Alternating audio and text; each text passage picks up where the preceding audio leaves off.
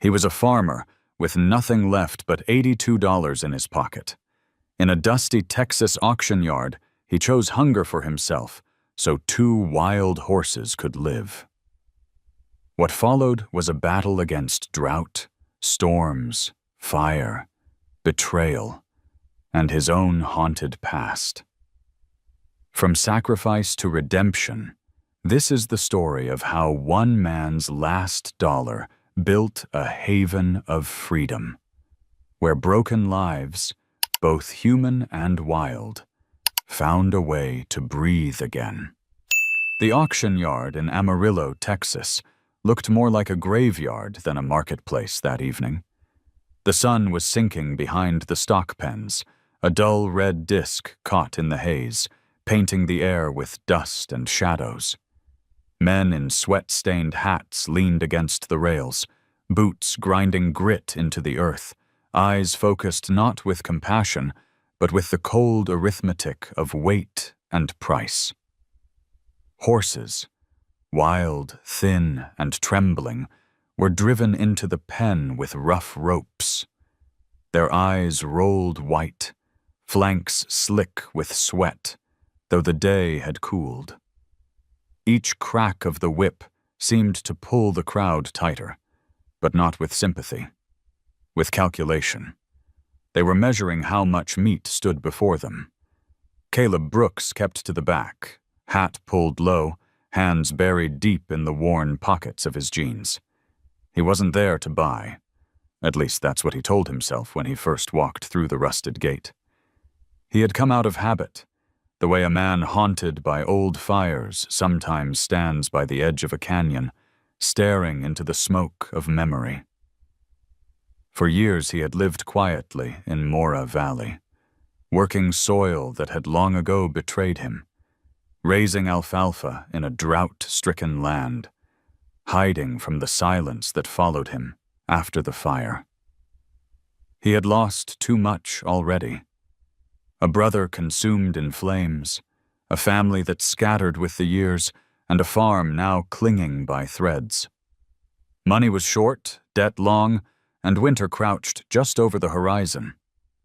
He had no room for sentiment. And yet when the Mustangs came thrashing into the pen, something cracked open in him. The old stallion was easy to miss, a gray, rib-thin horse with scars puckering his shoulder, a burned mark like smoke frozen into hide.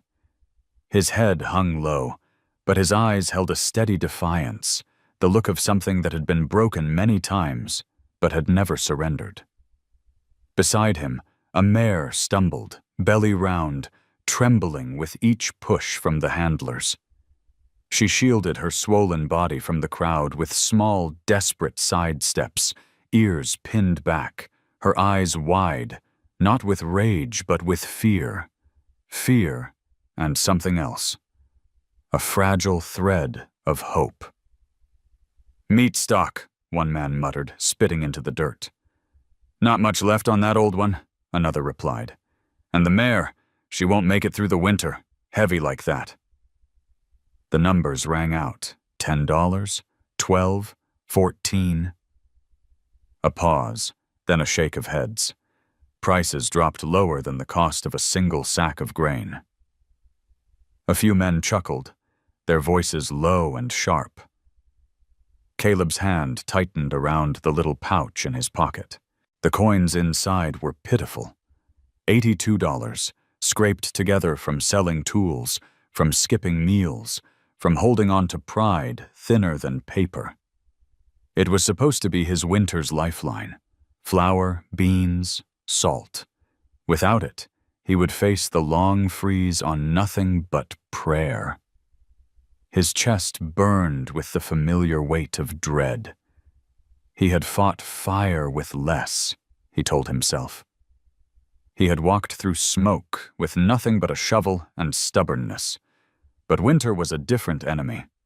Winter didn't wait. The auctioneer's voice rose again, a drawl stretched thin by routine. $8 for the stallion. 9? Do I hear 9? Silence. The mare, heavy and foal. $5? 5? No takers?" Caleb looked at them both, the gray stallion, the trembling mare, and felt a sharp ache that had nothing to do with hunger. They reminded him of the men he had carried out of the fire line, their faces blackened with ash, bodies too weak to stand, but eyes still burning with the will to survive. He heard his brother's voice, carried out of memory like smoke. "You don't walk away, not when they're counting on you." His hand left his pocket. The coins clinked in his palm, loud in the hush of the pen. The sound made heads turn. Someone laughed. "What's that fool thinking? He can't feed himself, let alone a pair of half-dead nags." Caleb stepped forward anyway. His boots crunched over dust, his shoulders squared with a soldier's old habit. He set the pouch down on the wooden table. "All of it," he said, voice low but steady. "For the gray and the mare." The auctioneer blinked, then smirked. $82 for both? "That's right." "Your funeral," someone muttered. The gavel struck. The sound was sharp, final, like a door slamming shut. The crowd rippled with murmurs, mockery, disbelief, pity. But Caleb didn't hear them. His heart hammered with something between terror and relief. He had just thrown away the last thread of security he had clung to. He had just bought hunger, maybe starvation. But he had also bought 2 lives that the world had already written off. The handler shoved the ropes into his hands. The stallion met his gaze, weary but unyielding. The mare shifted, trembling, her belly brushing the rail. Caleb whispered, almost to himself, "Easy now. You're safe." The words felt strange on his tongue, like a prayer long forgotten. He tugged gently on the ropes, leading them out of the pen. The crowd's whispers followed him like nettles, but the sun had already begun to sink, stretching their shadows long across the dirt. Together, man and horses walked into the bruised twilight, toward a future none of them could yet see. And as the dust settled behind him, the thought pressed deep into Caleb's chest. He had spent his last dollar not on himself, but on hope. The road back to Mora Valley wound through dry mesas and gullies that had forgotten the taste of rain. Dust clung to Caleb, Brooks' boots settling in his lungs with each step as he led the 2 Mustangs away from the auction yard. The stallion walked slow but steady, head lowered, rope taut in Caleb's calloused hand. The mare lagged, heavy with the weight of unborn life, her breath a shallow rhythm that matched the rasp of wind over the desert. No one followed them. Only the empty sound of cicadas buzzing in weeds browned to brittle stalks. What had begun as a bargain mocked by strangers now became a pilgrimage into solitude. By the time the adobe walls of his farm appeared, twilight had given way to a sky bruised purple and blue. The house stood weary, slumped against the hill, as though time itself had pressed its shoulders down. Plaster flaked from the walls, the roof sagged where beams had rotted, and the wooden door bore the scars of decades of storms. Behind it stretched what was once a proud alfalfa field, now cracked like a broken plate, green only in memory. The acequia, once a lifeline of water carried down from the mountains, lay silent, bed choked with dust and weeds. Mora Valley had been generous to his father and grandfather, but to Caleb, it offered only a ledger of losses. He tied the horses to the rail by the old corral. Ash, the gray stallion, tossed his head once, nostrils flaring at the smell of unfamiliar soil, then stilled, watching with eyes that seemed to measure Caleb as much as Caleb measured him. Juniper shifted uneasily, hooves clattering on the dry ground, her swollen belly swaying as she turned. Caleb stroked her neck gently. "It isn't much," he murmured, "but it's what we've got." His voice caught in the silence, sounding almost foreign in a place where words were scarce. Inside, the house greeted him with emptiness. The table bore only a burlap sack with a few handfuls of beans, a strip of salt pork stiff as wood, and coffee grounds too thin to brew. He unwrapped the last loaf of cornmeal bread, its crust hard and hollow. Enough for one man to stretch through the weeks ahead, but not for 3 lives. Hunger pressed in like an old enemy, familiar and merciless. Yet when he looked out the window, saw ash standing sentinel and juniper shifting in the dusk, he felt a strange resolve settle deep in his chest. A sharp knock rattled the door. It was Lily, his niece, her figure small against the desert wind. 15 years old, camera strapped around her neck, her sneakers coated with dust from the long road.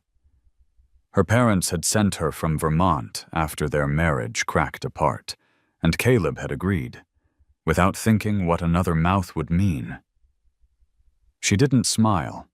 Her eyes, sharp and restless, scanned the corral, then fixed on him.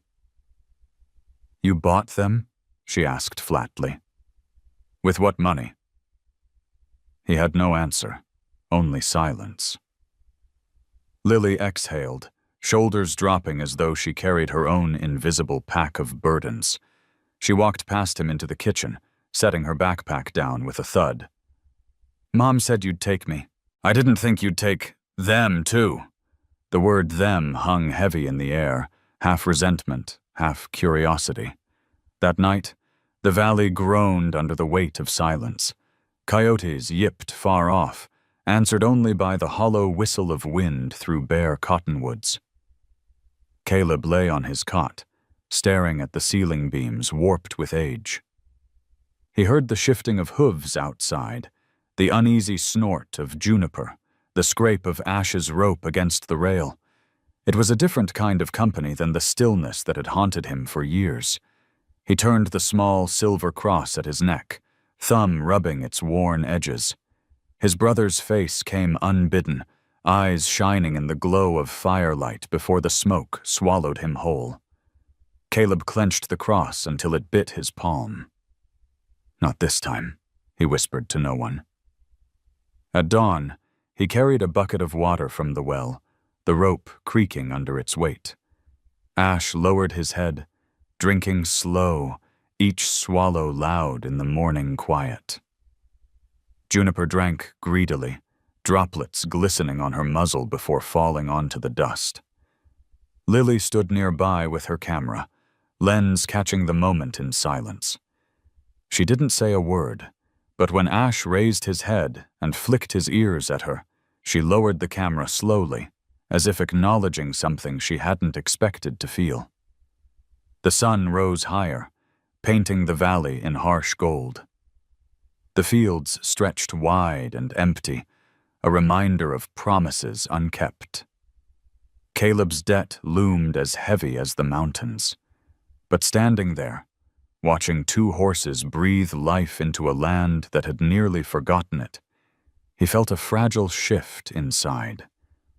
It wasn't hope. Not yet. But something close. And as the morning light broke over Mora Valley, Caleb understood. He had brought home not just mouths to feed, but a test of whether he could still believe in saving what the world had already given up on. The first week in Mora Valley stretched long and brittle, like a fence line rattling against desert wind. Caleb rose before dawn, moving with the slow habit of a man who had been keeping himself alive on little more than routine. The 2 Mustangs filled the silence outside with restless movement, hooves scuffing against hard ground, breath steaming in the cool mornings, ropes creaking each time Ash tugged against them. Juniper's belly swayed as she shifted her weight, ears twitching at every sudden noise. They were strangers in his corral, and yet their presence already pressed into the rhythm of the farm like new scars pressed into old wood. Caleb didn't rush them. He knew the look in their eyes, the whites flashing wide, muscles tight as bowstrings. Fear like that was not to be broken with force. He had seen the same stare in men pinned by fire, frozen between running and collapsing. So he did what he had done then. He stayed near, steady and quiet. At night he sat on the old corral rail, hat low, arms draped over his knees, letting the minutes spool out without demand. He didn't speak. He simply breathed with them. Sometimes Ash paced circles, rope jerking with sharp tugs. But when Caleb didn't flinch or move, the stallion slowed, nostrils blowing hard, until his circling became watching. Inside the house, Lily watched from the window, camera strap wrapped tight around her fingers. She didn't understand why her uncle would sit so long, staring at animals that looked at him like enemies. "You're wasting your time," she muttered under her breath, though there was no one to hear. But each evening, she found herself leaning against the sill longer, her lens fogging slightly from her own breath as she tried to capture the moment Ash's ears flicked forward instead of back, or when Juniper lowered her head, just an inch closer to the bucket Caleb carried. On the third night, as coyotes yipped far off, Caleb scattered salt along his palm and held it across the corral rail. He didn't look at Juniper, didn't coax. The mare sniffed the air, muscles shivering as though a shadow had passed over her. For long minutes she pawed the dirt, ears swiveling back and forth. Then, as if her hunger finally overruled her terror, she stepped forward, nostrils flaring. Her lips brushed his hand, quick and trembling, before she jerked back. Caleb didn't move, didn't speak, just let the crystals dissolve into her need. When she returned, slower this time, and licked the last of the salt, something shifted in the silence. A wall cracked, ever so slightly, and trust seeped through like water finding a fissure in stone. Ash, however, remained a sentinel of suspicion.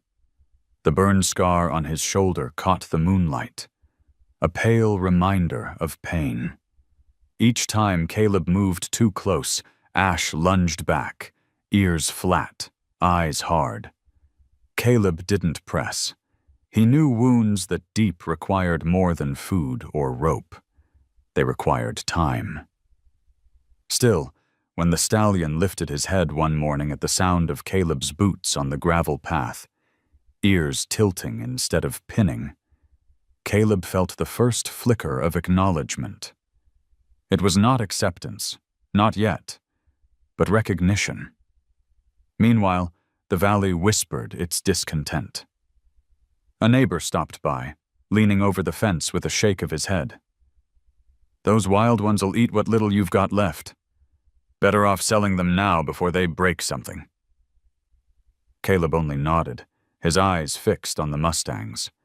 He had no words to give, not to the man, not to anyone. Lily overheard, and later snapped, "He's right, you know. You can't save everything." Caleb turned to her, face weathered, voice soft but immovable. "I don't have to save everything, just what I can reach." That night, Lily sat on the porch, camera in her lap, listening to the steady crunch of hooves and the low snort of horses shifting in the corral. She didn't raise the lens. For once, she simply watched. The silence of Mora Valley, once suffocating, was filled with new sounds, uncertain, uneasy, but alive.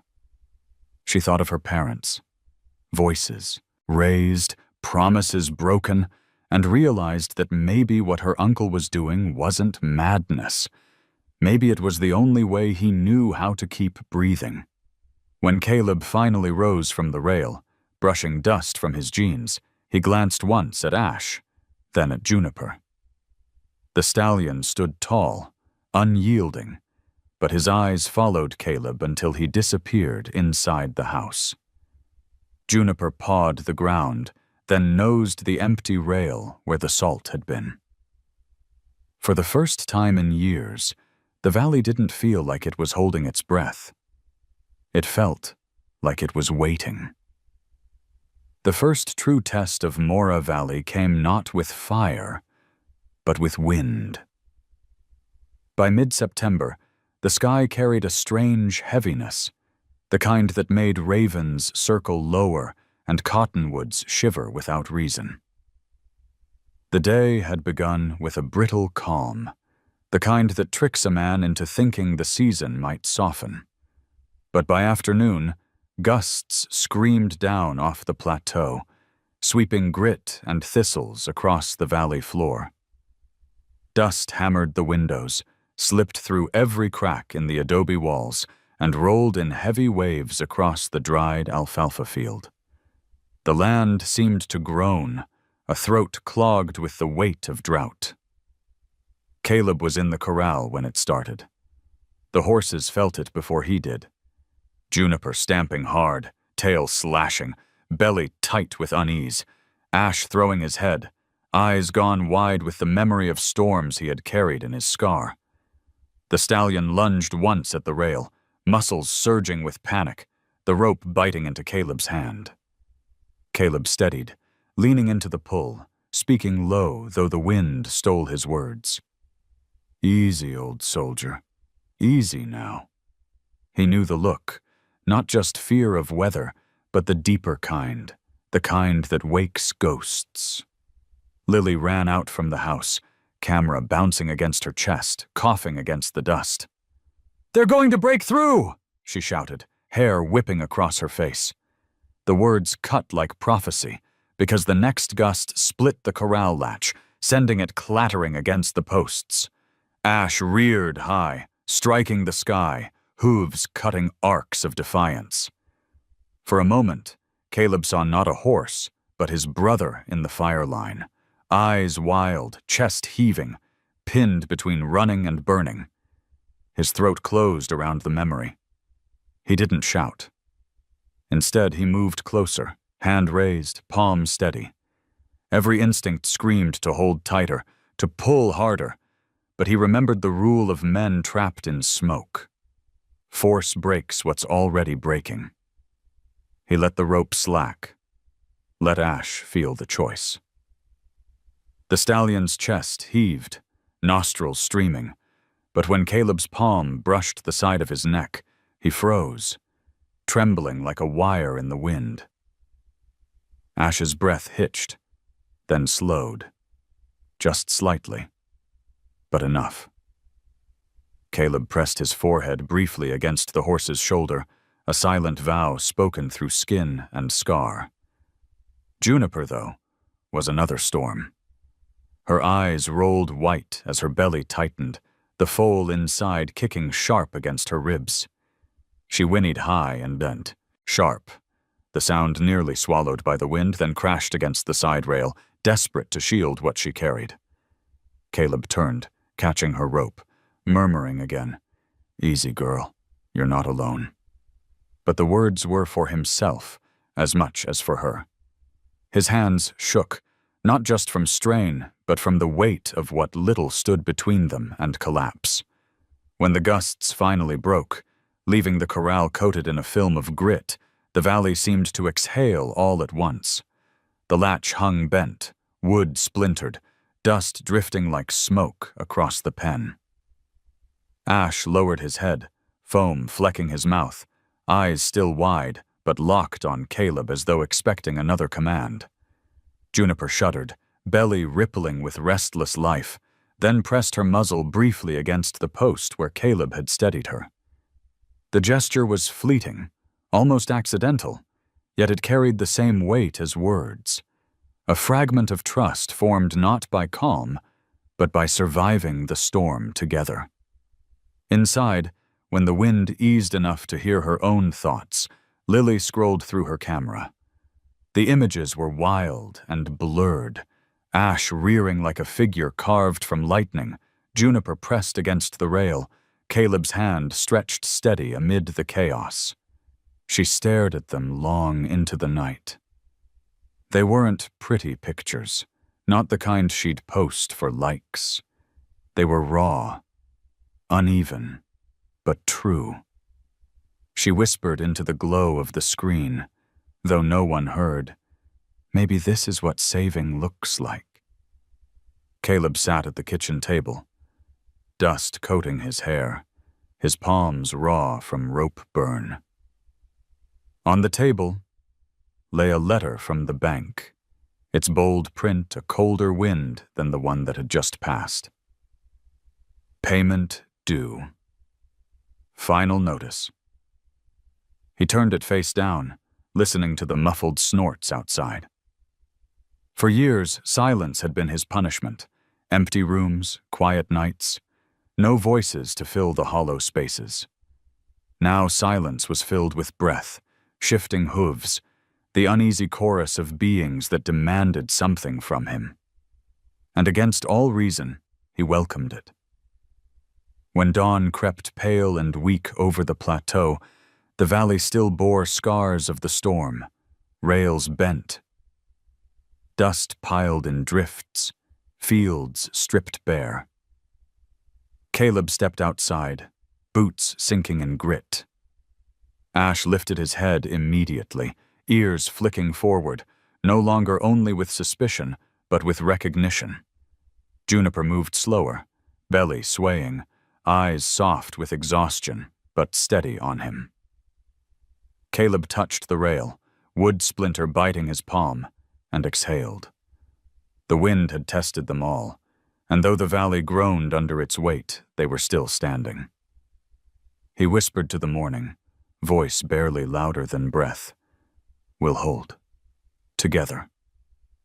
The storm that broke the valley weeks earlier had left behind a silence so heavy it pressed into bone. Caleb thought the land had settled into its usual rhythm of drought, a slow dying that stretched across seasons. But summer in Mora Valley was fickle. What it denied in rain for months, it returned in one violent night. Clouds rolled in thick and low, purple bellies dragging across the ridges. By dusk, thunder stitched itself into the sky, and the first drops spattered against the dust, each one exploding like a long-forgotten promise. At first, the rain was welcome. Caleb stood on the porch, hat pulled low, letting the scent of wet sage seep into his lungs. Juniper lifted her head, ears flicking, nostrils wide as if remembering a world where the ground wasn't always parched. Ash snorted sharply, shaking his mane, suspicious of the sudden gift. Lily darted onto the steps, camera in hand, her face lit by the rare shimmer of water catching light. "It looks alive again," she whispered, almost afraid to speak louder. For a moment, the valley felt reborn.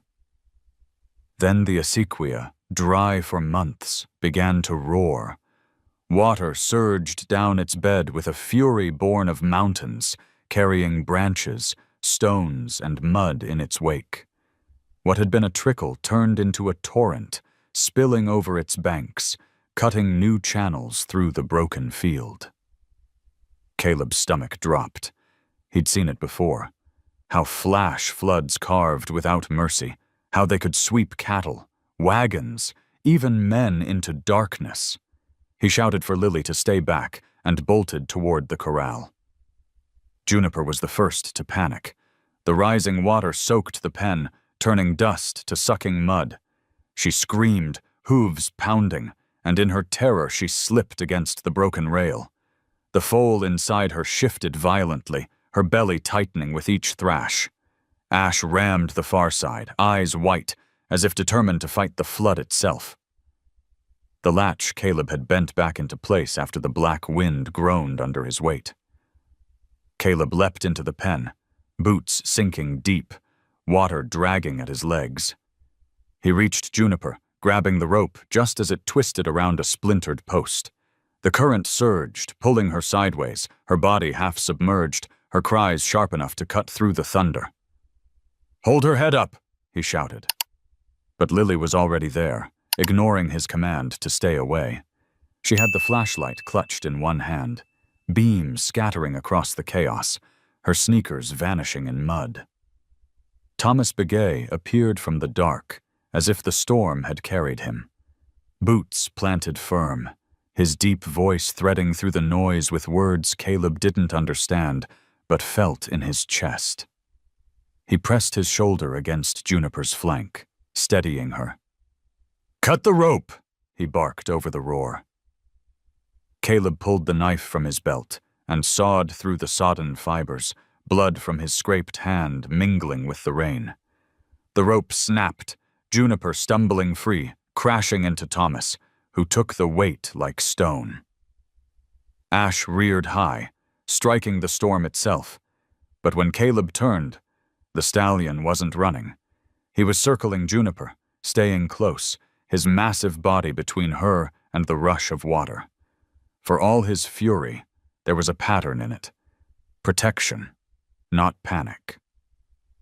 Caleb felt the breath rip from his chest. Even here, with everything trying to tear them apart, some instinct stronger than fear still held. The three of them wrestled Juniper out of the pen, into the higher ground by the barn. Her belly rippled with another sharp contraction, and Caleb's blood froze. Too soon. The foal wasn't meant to come in storms like this, not in mud and cold. Juniper trembled, sides heaving, eyes rolling. Caleb steadied her with both hands, his voice breaking against the storm. "Not yet, girl. Hold on. Please." The rain finally eased near midnight, retreating as quickly as it had come. But the damage was done. The field lay drowned beneath a sheet of brown water, the acequia carved wider than before. The corral rails sagged, broken again. Caleb sank to his knees in the mud. Juniper pressed against him, trembling but upright. Lily leaned against the barn wall, soaked and shaking, her flashlight beam still trembling across the ground. Thomas wiped water from his brow, his chest rising heavy, then looked at Caleb with an expression that carried no judgment, only recognition. "Storms don't care what they take," Thomas said quietly. "But you brought her out. That matters." Caleb couldn't answer.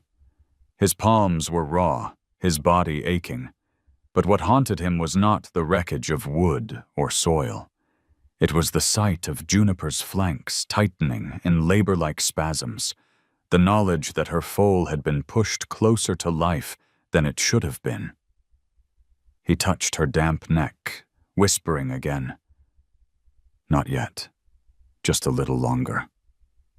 When morning came, the valley smelled of wet earth, a fragrance so rare it felt like a lie. But beneath the beauty lay threat. Crops drowned, fences ruined, debts deepened. Caleb walked the ruined field, water lapping against his boots, and felt the weight of loss press down harder than the flood.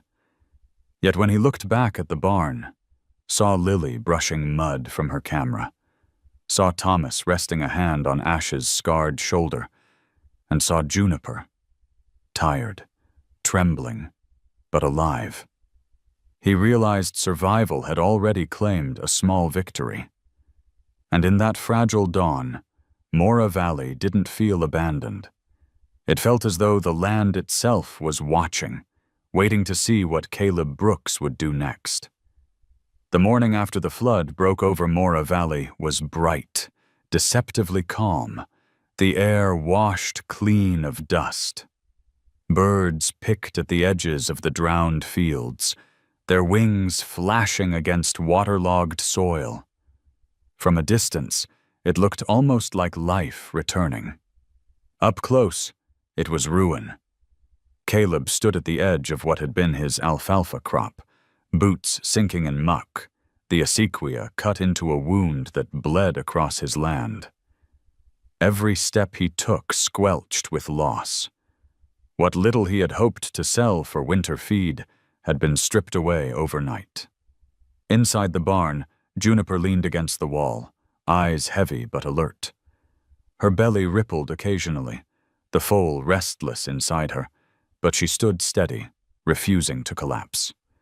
Ash lingered close, his scarred shoulder brushing. Against her flank, silent guardian. Caleb watched them as he fed out the last flakes of hay, his jaw tight.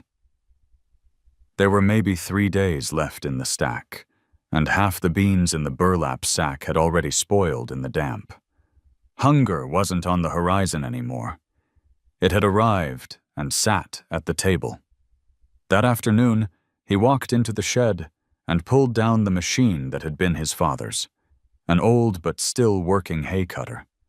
Its blades were dull, its paint chipped to the color of rust, but it was worth money, the kind of money that could buy feed if sold quick. Caleb's hands lingered on the handle, memories pressing in with every scrape of his palm against the worn steel. His father had shown him how to grease the gears one summer evening, the air thick with alfalfa scent. "This machine keeps us alive when the rain won't," he had said. And now Caleb stood staring at it, realizing he would have to trade survival for survival. Lily found him there, grease smearing his knuckles. "You're selling it?" Her voice cracked with disbelief. "Without it, how do you even grow next season?" Caleb didn't answer at first. He just wiped his hand against his jeans, leaving a dark streak, and lifted the cutter upright. "Next season doesn't matter if we don't make it through this one," he said finally, voice low, steady. Lily's camera hung against her chest, forgotten. "You're giving up," she accused. Her words weren't sharp out of cruelty, but fear, the kind of fear a child carries when everything solid begins to crumble. Caleb turned to her then, meeting her eyes. His were dark, worn, but resolute. "I'm not giving up," he said. "I'm choosing what to lose, so the rest has a chance." He loaded the cutter onto the back of his old pickup, its tires sagging under the weight. The road into town was long and rutted, but by dusk he returned with sacks of hay, bags of grain, and a roll of mineral salt. Enough to last a little while. He carried the feed into the barn, each bundle thudding against the ground like the beat of a weary drum. Ash lifted his head, nostrils flaring at the new scent. Juniper pressed closer, ears tilting forward. They didn't know the cost, couldn't know what had been given up for them. But they ate, slow and steady, and the barn filled with the sound of chewing, the sound of life insisting on itself. That night, Caleb sat at the table with Lily across from him. She pushed her food around on her plate, eyes shadowed, before blurting, "What happens when there's nothing left to sell?" The words hung heavy, daring him to answer. Caleb set down his fork, folded his hands, and let the silence stretch. Finally, he said, "Then we start again with nothing. That's what this valley taught me a long time ago." His voice wasn't bitter, only tired. Later, when Lily slipped outside with her camera, she captured a photo of Ash standing guard over Juniper in the moonlight. The stallion's ears flicked at her shutter, but he didn't shy. She studied the image on her screen. A scarred horse, a trembling mare, and the faint outline of her uncle in the background, head bowed but unbroken. She saved it, not for likes or shares, but because it felt like proof. Proof that sacrifice wasn't just loss, but the measure of how far someone would go to keep others alive. Caleb returned to the barn just before midnight. He leaned against the post, listening to the rhythm of chewing, of hooves shifting, of life that cost more than he thought he could pay. He pressed his hand to the worn wood and whispered, so soft it vanished into the night air, "You'd better make this worth it." But even as he said it, he knew the price had already been paid. And that was reason enough. The season turned brittle again. Summer's brief gift of rain had passed, leaving behind the smell of damp earth that soon vanished under the returning dryness.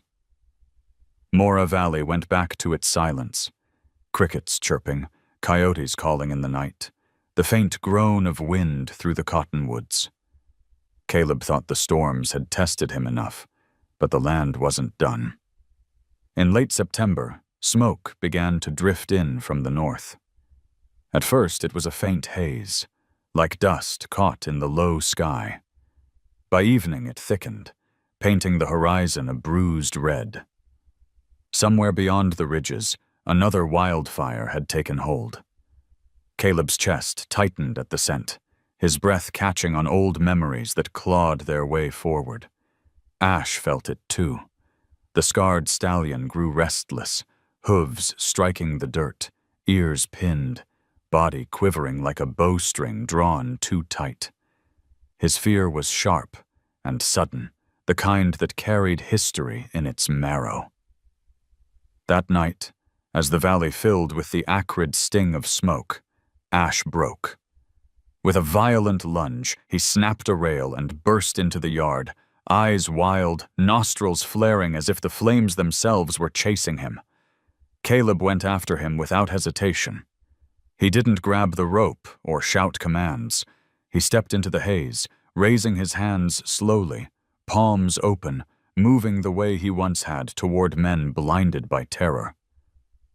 "Ash," he whispered, though his voice broke against the dry wind. The stallion spun, muscles coiled, ready to fight or flee.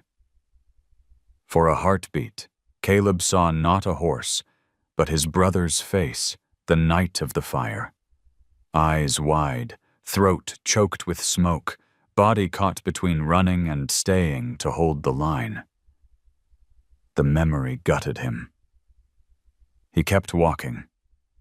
His heart hammered as the stallion reared, but Caleb didn't flinch. He came closer until the smell of smoke wrapped around them both, until he could press his hand against the trembling neck. Ash shook once, violently, but Caleb leaned in, forehead against the horse's scar. His voice was raw, words torn out of a place he had buried too deep. "I couldn't save him," he confessed, the words spilling into the smoke. "My brother, I pulled men out of fire. I carried. Strangers. But I left him. I left him in the flames, and I've carried it every day since." His breath came ragged, mixing with ashes, two survivors choking on the same ghost. Ash's chest heaved, but his hooves stilled. The stallion's eyes flicked, not soft, not forgiving, but steady. Caleb pressed his hand harder into the rough coat. "I can't change what I lost," he whispered. "But I won't walk away again. Not from you, not from her, not from this valley." Behind them, Lily stood frozen in the porch light, camera clutched tight, but unused. She had never heard her uncle speak of his brother. She had only known the silence that pressed on him like a second skin. Now the words poured out into the night, jagged and broken, yet truer than any story she had imagined. Her throat ached, and without thinking she whispered into the dark, "Then we stay, all of us." Caleb turned at her voice, his face lined with soot and grief, but for once he didn't hide. He nodded, slow, as if her vow had joined his. Ash exhaled. a long tremor shaking through his frame, then lowered his head against Caleb's chest. It was not surrender. It was recognition. A fragile truce forged in smoke and memory. The valley held its breath. The fire never reached them. Not this time, but the smoke lingered for days, seeping into clothes, walls, and dreams. Yet for Caleb, something had shifted. The weight he carried was no lighter, but it had been spoken aloud, and in speaking it, he no longer bore it alone. Ash had heard it, Lily had heard it, and somehow that was enough to steady him. When dawn broke, painting the sky pale and thin, Caleb walked the fence line with Ash pacing behind, Juniper watching from the barn, Lily trailing with her camera lowered at her side. For the first time in years, he felt the ache of memory without being crushed by it.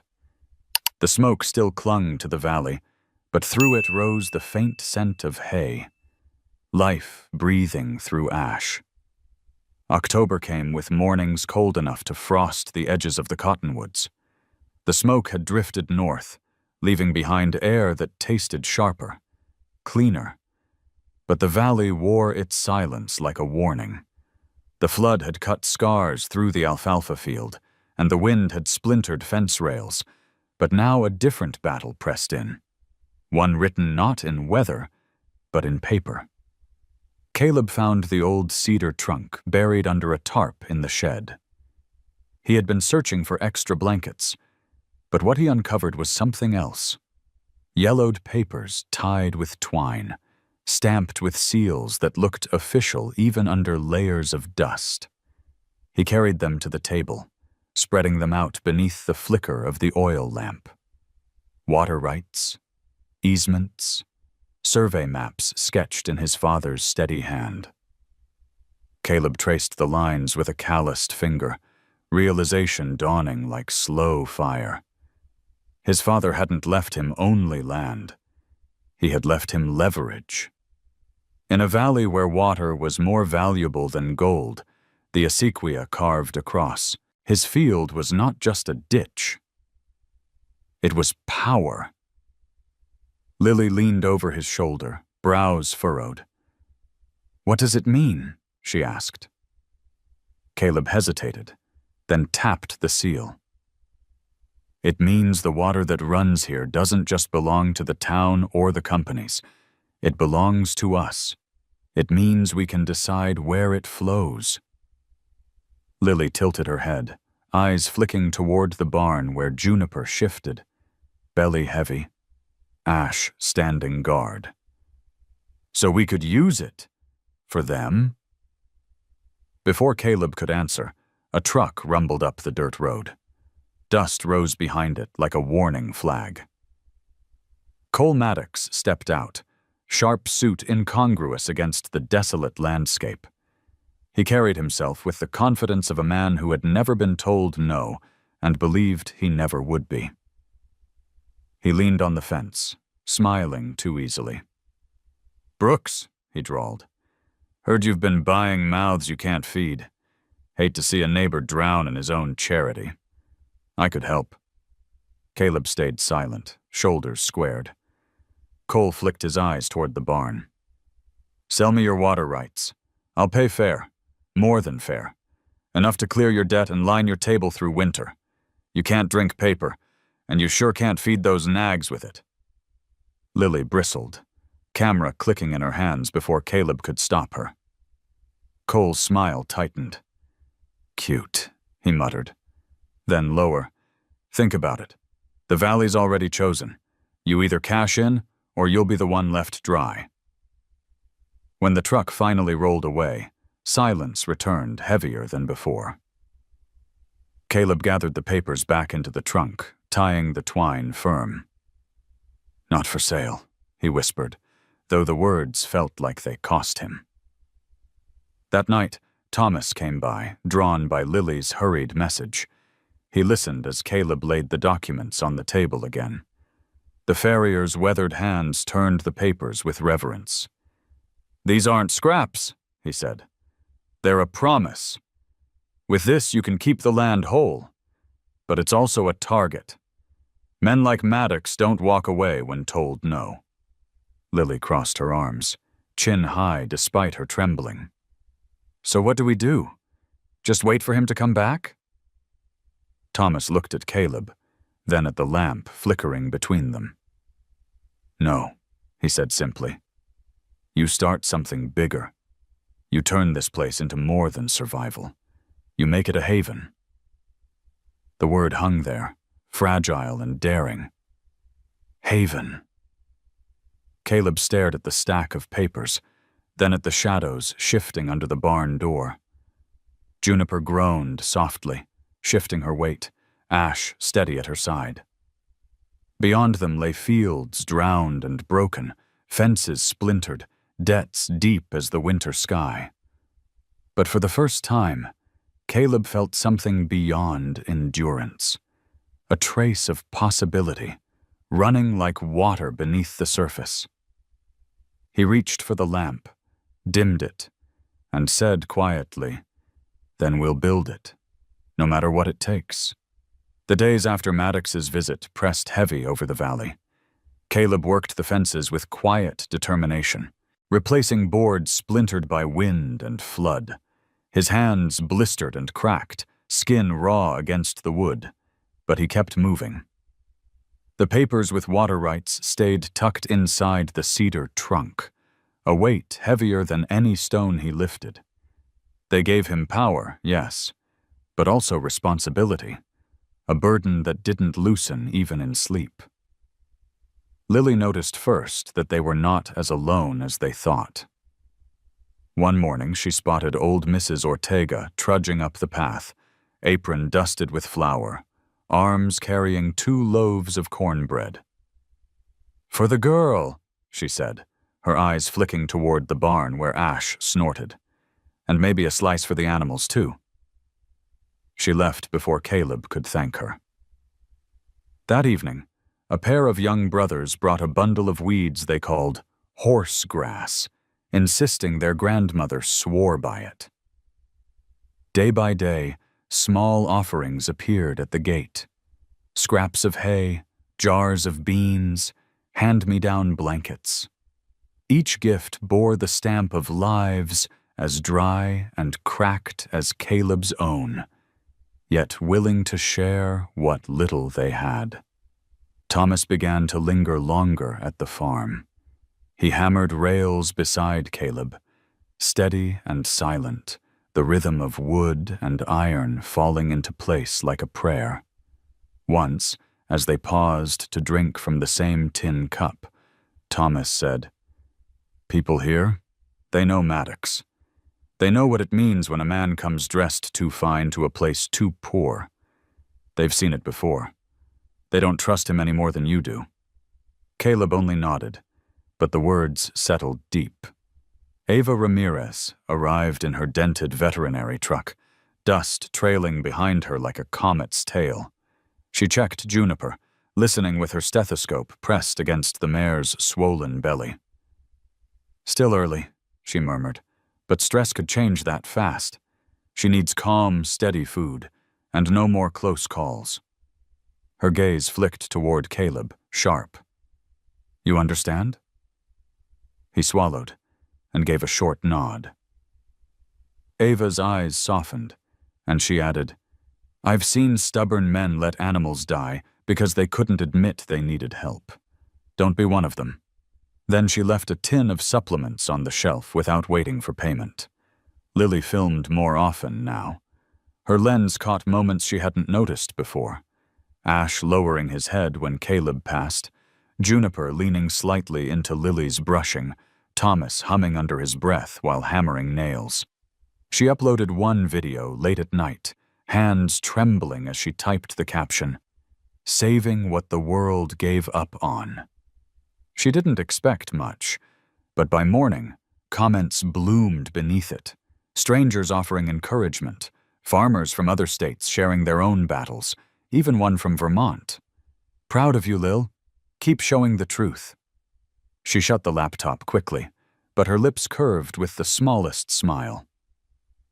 Caleb noticed the change in her, though he said nothing.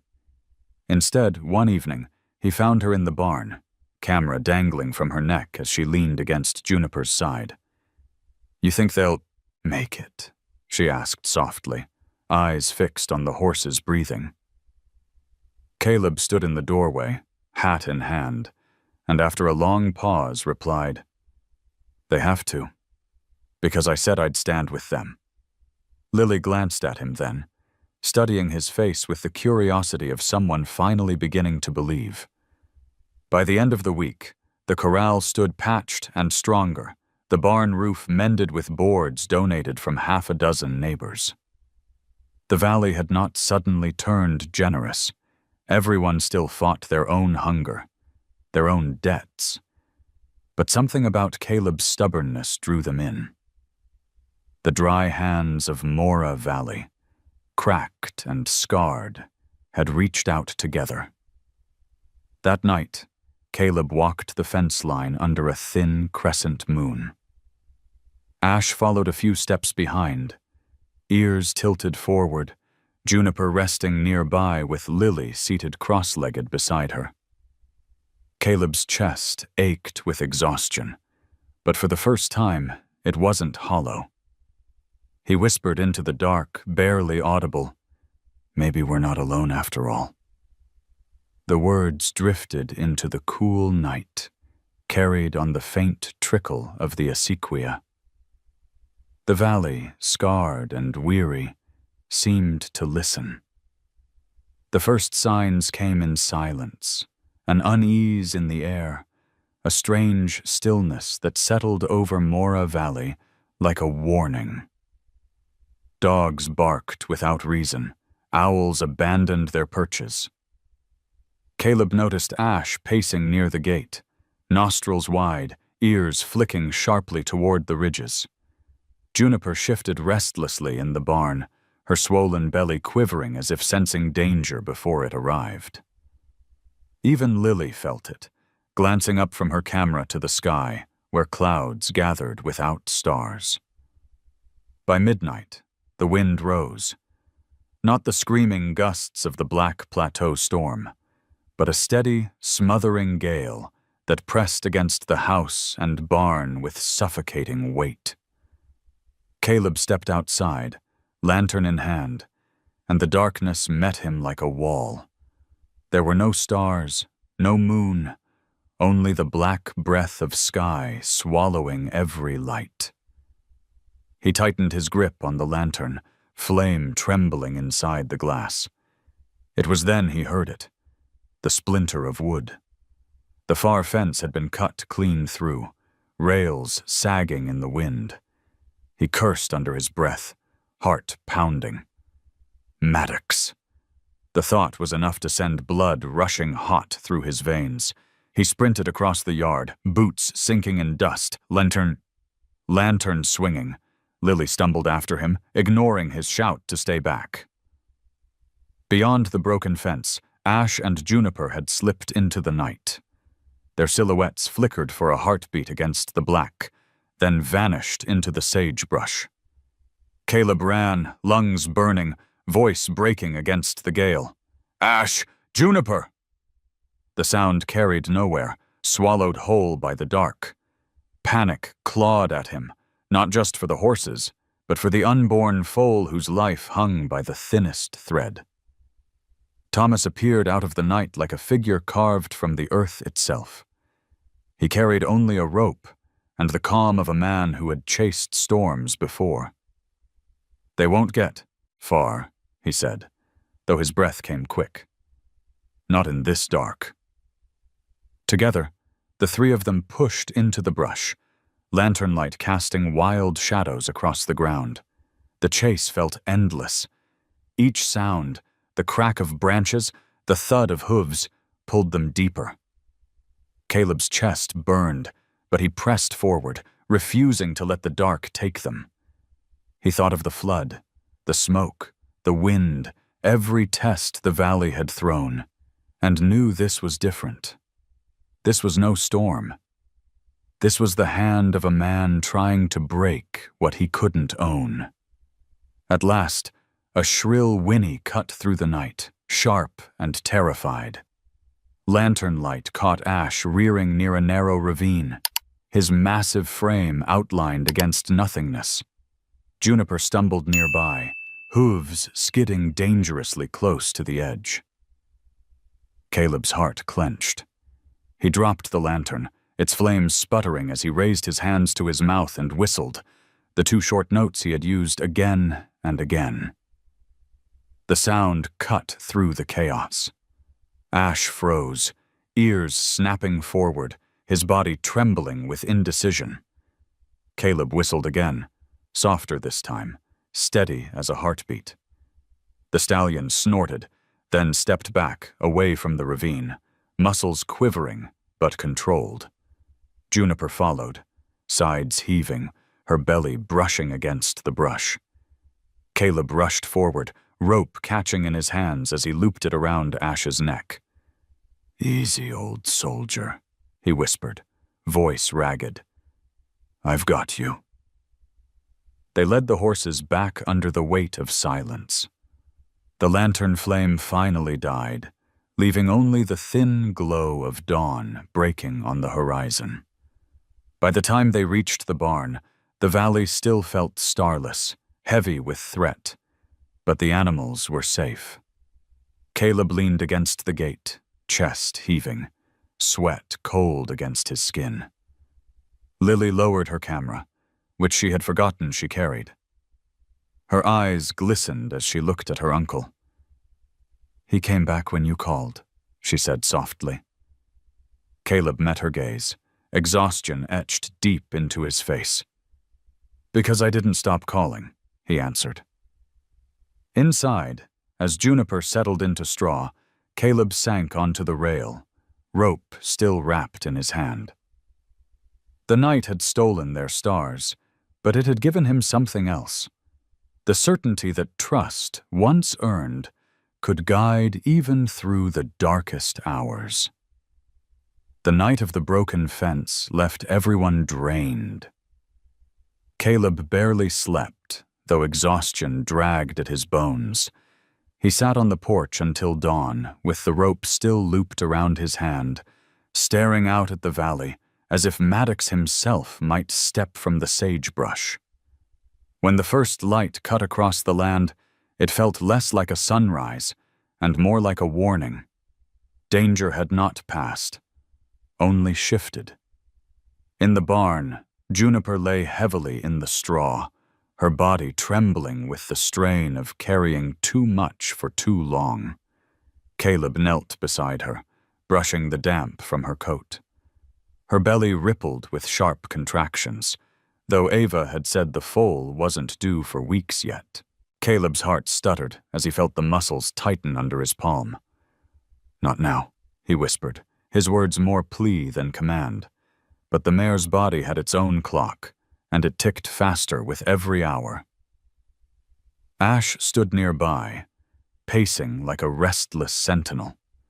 His scarred shoulder brushed the stall door each time he turned, his eyes sharp and unblinking.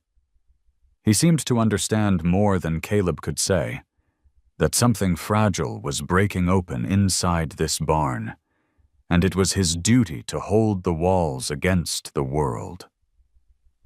By afternoon, Ava Ramirez's truck rattled into the yard, tires spitting dust. She strode into the barn, stethoscope swinging from her neck, her face set in professional calm. Lily hovered close, camera forgotten at her side. Ava crouched by Juniper, listening to the mare's labored breaths. After a long silence, she glanced up at Caleb. "It's early, too early, but she's not going to stop now." Caleb swallowed hard. "What does that mean?" "It means you're going to have 2 lives in your hands before this day is over." The hours blurred into a haze of motion. Caleb boiled water over the wood stove, tore old sheets into strips, and laid them near the stall. Lily brought lanterns, and tried to keep her hands steady, though her eyes betrayed fear. Thomas arrived as dusk fell, his voice a calm anchor in the storm of panic. He placed one broad hand on Juniper's side, murmuring low in words older than the valley itself. When the labor hit, it came like a wave. Juniper cried out, hooves striking the boards, body quivering with effort. Caleb knelt by her head, stroking her mane, whispering whatever words rose from memory. "You're not alone. Easy, girl, easy." Ash pressed close, snorting sharply each time Juniper strained, as if trying to lend her his strength. The foal's arrival was messy, raw, terrifying. For long moments, nothing happened but struggle. The mare's body racked with pain, Caleb's hands shaking, Ava's voice firm and steady guiding him through. Then, with one final effort, the barn filled with a thin, gasping whinny. A fragile, wet-coated foal slid into the world, legs tangled, chest heaving for breath. Caleb caught him in his arms, his heart nearly breaking at the tiny weight. For a moment, time froze. The foal lay still, head heavy in Caleb's hands. He pressed his palm against its chest, praying for movement. Then a sudden inhale, shallow, desperate, but alive. The sound ripped through the barn, small, yet thunderous. Caleb laughed once, broken and raw, tears blurring his vision. "Breathe," he whispered fiercely. "Breathe, damn it." Juniper groaned, exhausted, but lifted her head to nuzzle the foal. Ash stepped closer, eyes wide, a low rumble echoing in his chest. Together, the three of them surrounded the newborn in a circle of heat and breath. Lily stood back, hands covering her mouth, the camera forgotten at her feet. She had never seen life arrive so close to death, had never felt the air shift so completely in one moment. Caleb laid the foal gently against Juniper's side, his own hands trembling with relief.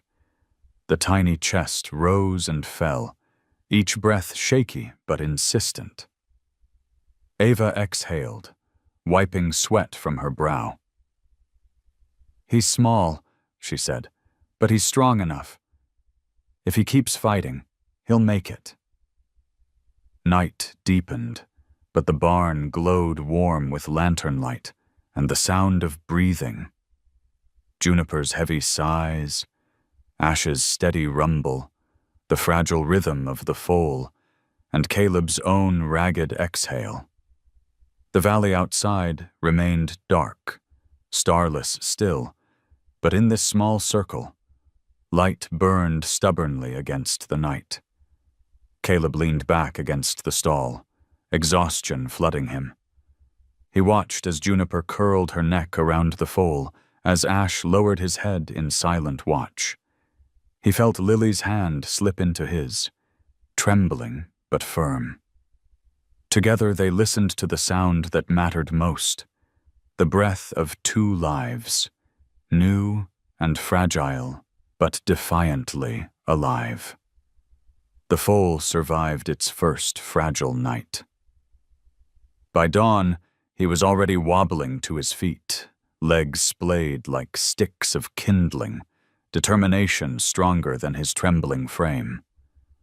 Caleb watched him lean against Juniper's flank, suckling greedily, and felt the ache in his chest ease for the first time in months. The barn smelled of straw and new breath, a fragile miracle stitched together by exhaustion and stubborn faith. Yet outside, the world was less forgiving. The valley, scarred by storms and debt, still demanded its toll. And Maddox had not disappeared. 2 days later, his truck rolled up the lane again, tires spitting gravel. This time he wasn't smiling. He carried papers in a neat leather folder, the kind of documents that never came without sharp teeth hidden in their words. Caleb stood at the gate, arms crossed, Ash behind him like a shadow of muscle and defiance. Maddox tapped the folder against the fence. "It's simple," he said, voice smooth as oil. "These animals are liabilities. You don't have the feed. You don't have the money. And without water, you don't even have a farm. Sell me your rights. Let me take the weight off your shoulders." Caleb's jaw clenched. "The water isn't yours to take." Maddox's smile returned, thin and sharp. "Not yet. But paper changes that. And I've got plenty of paper." Before Caleb could answer, Lily stepped forward, camera raised. She didn't film Maddox's face. She captured the scene. Ash's ears pinned, Caleb's hand steady on the rope, the folder glinting in the sun like a blade. Maddox scowled. "Careful, girl. You don't know what you're poking." Thomas appeared from the barn, dust streaking his shirt. He glanced at the folder, then at Maddox. "He's not bluffing," Thomas said quietly to Caleb. "Men like him know how to use the law like a noose." Caleb nodded once, then walked into the house. When he returned, he carried the old cedar trunk he laid the sand, papers across the fence, spreading maps, seals, and signatures beneath the open sky. Maddox leaned forward, eyes narrowing. "These are rights signed by the state. They give me control of the acequia through this land. My father kept them, and now they're mine," Caleb said, voice low but steady. Maddox sneered. "Paper that old won't stand, not against money." But Caleb had been preparing. He had sent word through Lily's growing network of online supporters, and Ava had contacted a friend in Santa Fe who knew the law.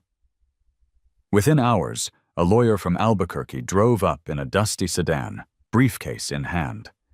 He scanned the documents, adjusted his glasses, and said clearly, "These rights are binding. Unless you're willing to fight the state itself, you can't touch his water." Maddox's face tightened, but he masked it quickly. "Enjoy your victory," he said, snapping the folder shut. "But this valley doesn't keep secrets long. You'll find the cost of defiance higher than you think." He turned and left, his truck spitting dust down the road. Caleb gathered the papers back into the trunk, his hands trembling not from fear, but from the weight of what had just passed. For the first time, he understood that the valley's future wasn't just about feed or fences. It was about the river that cut through it, the water that fed fields, families, and now his small haven of horses. It was about claiming the right to decide, not just for himself, but for everything under his care. That evening, neighbors trickled in, drawn by whispers that Maddox had been turned away. They brought jars of beans, old tools, sacks of hay. One man laid a weathered Bible on the table. "Belonged to my father," he said. "He always said water's worth more than land. You've proven him right." Caleb didn't give speeches. He only looked out at the barn where Juniper rested. Ash stood sentinel, and the foal, already testing his legs, took clumsy steps into the straw. He thought of Maddox's words, of the weight of paper and law, and felt a strange fire settle in his chest. For years he had lived under the shadow of what he couldn't change. Now, for the first time, he held something that gave him power not to be taken, but to protect. As night fell, Lily sat beside him on the porch, uploading the day's footage. "People are watching," she said softly. "Not just here, everywhere." Caleb didn't answer, but when Ash nickered from the barn and the foal whinnied back, he thought maybe the world was finally listening too. Winter pressed its breath against the valley, but Mora no longer felt like a place waiting to die.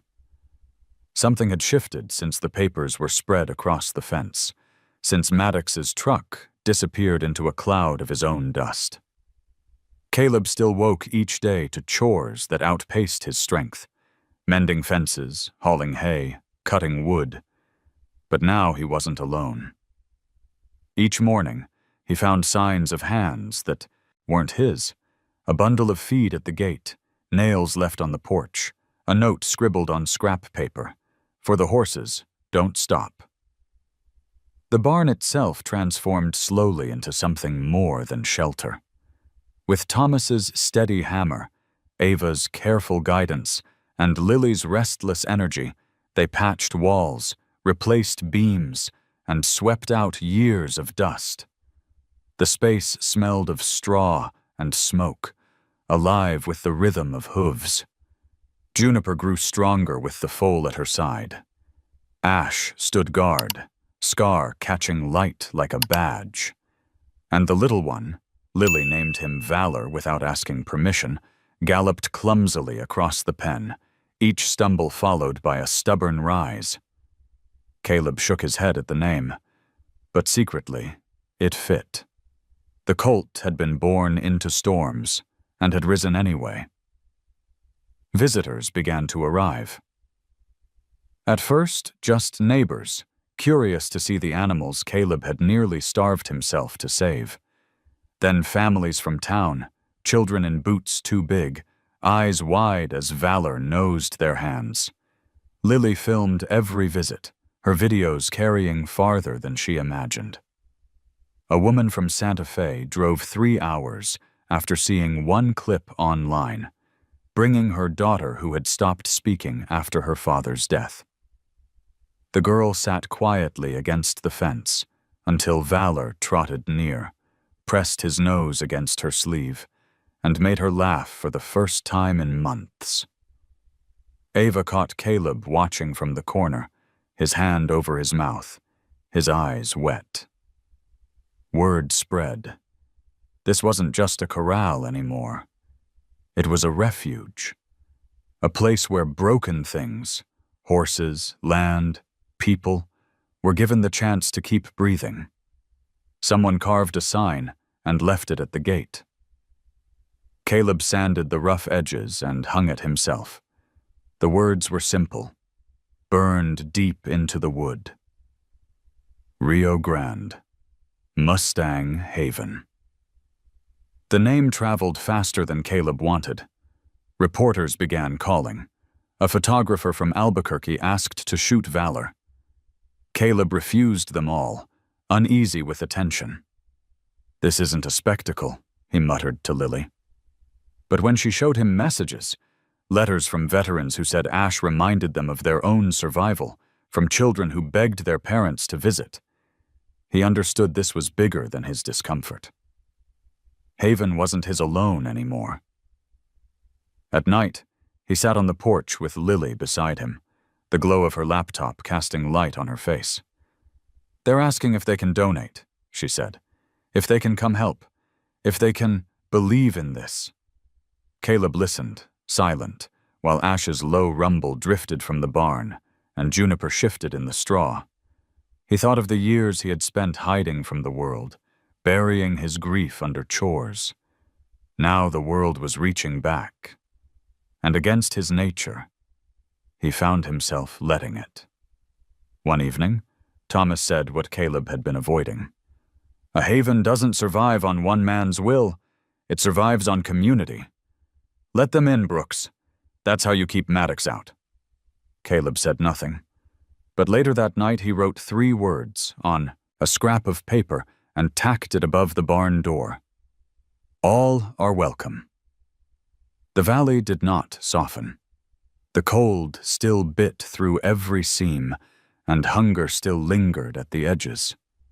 But the silence had changed. It wasn't emptiness anymore. It was filled with the sound of Valor's hooves, Lily's laughter behind her camera, Ava's calm instructions, Thomas's quiet songs, the sound of neighbors bringing what little they could, of children daring to smile.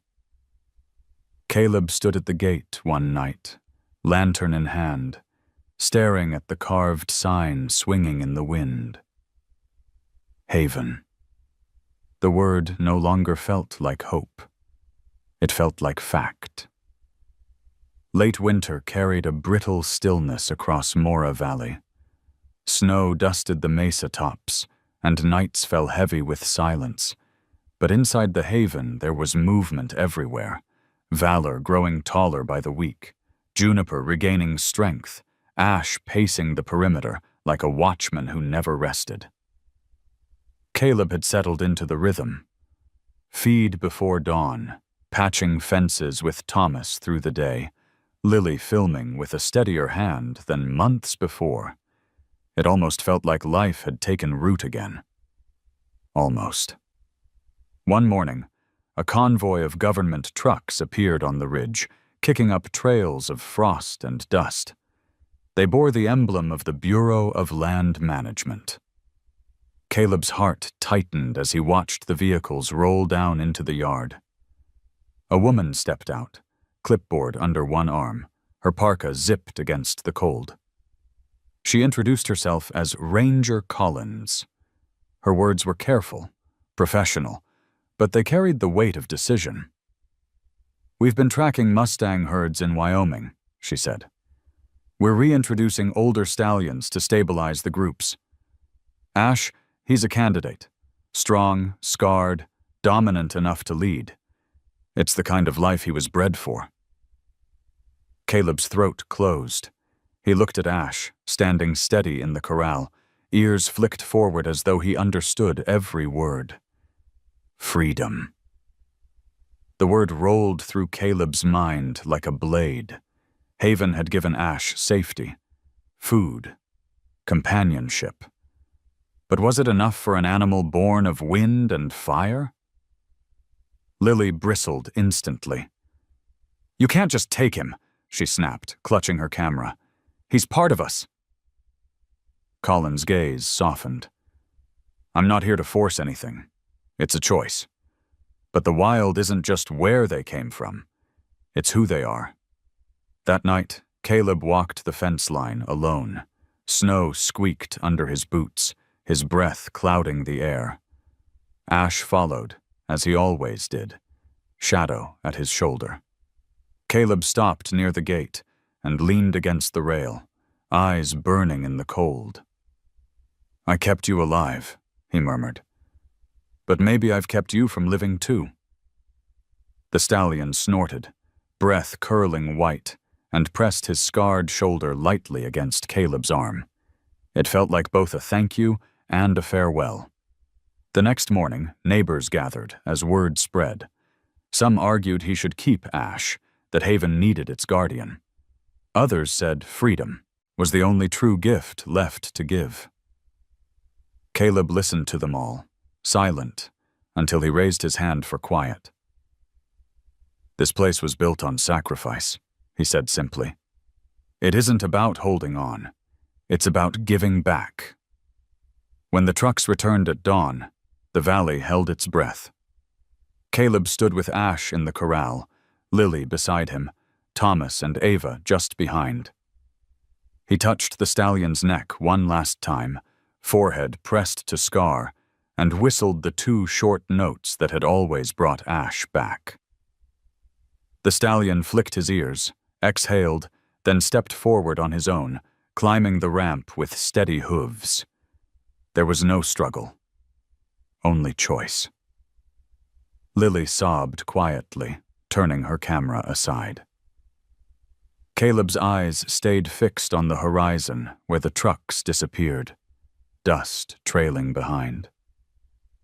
His chest ached with emptiness, yet underneath it was something steadier than grief. Ash hadn't been taken. He had been set free. That evening, Caleb carved another line into the wooden sign at the gate. Beneath Rio Grande Mustang Haven, he etched words with a blunt knife. "Freedom lives here." When the lantern light hit the fresh grooves, It glowed as though the letters themselves were burning with quiet fire. He sat back, knife resting on his knee, and let the silence wash over him. Haven was still alive. Juniper with her foal, Valor running with wild legs, neighbors bringing offerings, Lily uploading her films, Thomas humming under the stars. Ash's absence hurt, but it also stretched the meaning of what they had built. A haven wasn't about keeping things caged. It was about giving them a place to begin again, even if that meant letting go. And in that moment, beneath a sky scattered with stars returned at last, Caleb realized the choice had never been his alone. Ash had chosen, too. Spring came slow to Mora Valley, like a hesitant traveler unsure if he was welcome. Snowmelt dripped from the mountains, trickling into the acequia that had been dry for too long. The water glistened under the sun, carving new paths through earth that had nearly forgotten its thirst. For Caleb, each shimmer was a reminder of storms endured, of paper rights reclaimed, of sacrifices that had shaped the haven into what it was now. Valor bounded through the pasture, his legs steadier, his coat darkening with youth. Juniper followed at a calmer pace, her belly no longer heavy, her stride once again her own. Children came on weekends, their laughter carried across the fields, their hands reaching timidly to brush the colt's soft muzzle. Lily filmed quietly, her lens capturing not spectacle, but the small, steady acts of healing. A boy smiling after weeks of silence, an old veteran resting his hand on Ash's empty stall, as though finding a piece of himself there. Ash's absence still cut deep. At night, Caleb sometimes whistled those two sharp notes into the dark, knowing there would be no answer. Yet when the wind carried faint echoes from the mesa, he let himself believe. Ash heard him, miles away among the wild herds, leading with scars that no longer chained him, but marked him as a survivor. Letting go had not closed the bond. It had stretched it across distance, tethered by memory and choice. The valley itself seemed to breathe again. Where flood had drowned, grass now sprouted. Where drought had cracked, roots found hold. Caleb worked the soil with hands rougher than ever, but he no longer carried the weight alone. Thomas was there, steady as the earth. Ava came often, not only as a vet, but as a friend who believed in what the haven had become. Neighbors still brought what little they could, not out of pity, but pride. They called it our haven now. One evening, Caleb sat by the acequia, the water rushing softly, carrying light from the fading sun. Lily joined him, her camera tucked away for once. She sat cross-legged, watching Valor chase his own shadow in the field. "Do you ever regret it?" she asked quietly. "Spending your last dollar that day?" Caleb chuckled, low and rough, shaking his head. "No. That was the first time in years I made a choice worth the cost." She leaned against his shoulder, and for a moment they simply listened to the water flow. The sound was steady, unbroken, carrying forward just as the haven would, long after both of them were gone. Caleb thought of his father, of his brother lost in the fire, of Ash vanishing into the wild. He thought of the foal breathing against his hands, fragile but determined. He thought of neighbors arriving with dry hands full of gifts, of strangers across the country who now believed in a place that had nearly been buried in silence. When the last light dipped, Caleb stood, brushing dust from his jeans.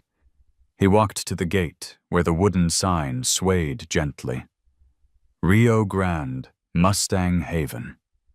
Below it, the words he had carved in a moment of grief and hope. Freedom lives here. He ran his fingers across the grooves, feeling the truth of them deepen. Behind him, Valor whinnied, Juniper answering with a softer call. Lily laughed at the sound, her voice mixing with theirs. Caleb looked out at the horizon, where the river bent and disappeared into distance, and knew the story was no longer about one man, one farm, or even one herd. It was about what survived when everything else was taken. The water flowed, carrying time with it, and the haven stood, scarred, stubborn, alive. And in that quiet, Caleb whispered the same words that had begun it all, not for the horses or the valley, but for himself. You're safe now. And now, after all the storms and sacrifices, Haven still stands, scarred but alive. If this story touched you, drop a simple comment, even just a 0 or 1, to let us know you're here with us.